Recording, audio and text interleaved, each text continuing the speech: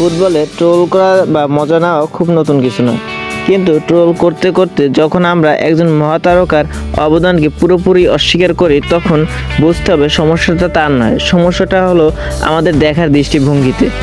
অনেকেই নেইমারের ইনজুরি কিংবা মাঠে পড়ে যাওয়া নিয়ে ট্রোল করতে ভালোবাসেন, কিন্তু ভেবে দেখেছেন কী বা কেন তাকে মাঠে এত ফাউল করা হতো?